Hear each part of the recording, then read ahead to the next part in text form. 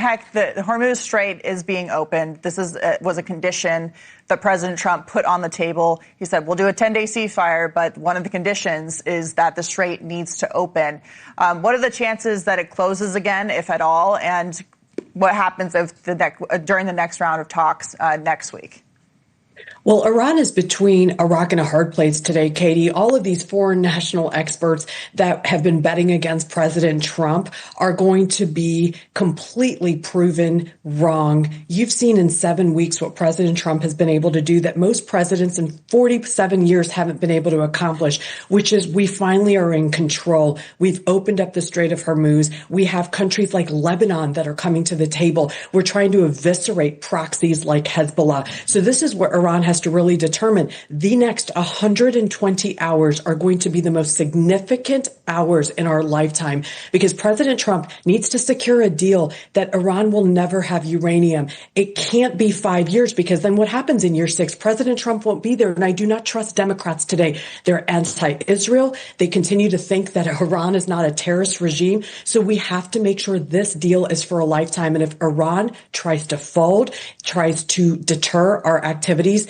then President Trump only has one option: take out the strait, to make sure that CARG no longer exists, take out the economic lifeline, finish the job. We are depending on him, because I don't trust future presidents. Yeah. Lisa, what do you make of the reporting that the U.S. is considering unfreezing $20 billion in Iranian assets in exchange for cooperation on the uranium? Do you think that's credible, or is that just something that's being reported as a distraction for what may happen?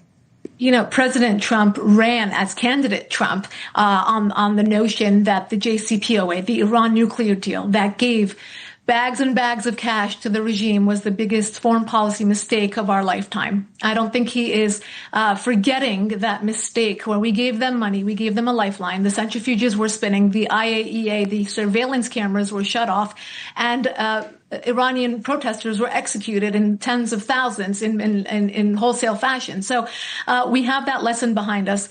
I think Trump knows exactly the adversary that we're dealing with. He is not naive. And all this talk of diplomacy, I mean, it's a way forward. It's always been a way forward. But I do think at the end of the day, Trump understands the very unique generational opportunity that is before us. And any lifeline to this regime will be exactly that. The very existence of this regime is equal to having those deadly weapons. So I don't think you can extract one or the other. You're not able to get reforms or concessions from them. Mm-hmm. Yeah, and of course, there's going to be a lot of enforcement after we figure out what's going to happen with that uranium in the aftermath of this, because we can't trust the people who are still in charge, although a lot of the Iranian leadership has been taken out over the course of the last 2 months. Mehek, I want to get down to Lebanon. Of course, this was something that we were talking about when the Pakistanis started these negotiations, randomly throwing Lebanon into the mix of the ceasefire, even though it was never part of the agreement. We're on day 2 of Israel's ceasefire with Lebanon, but specifically with Hezbollah, which is Iran's terror army in that country. Let's take a listen about what Trump said about the progress there.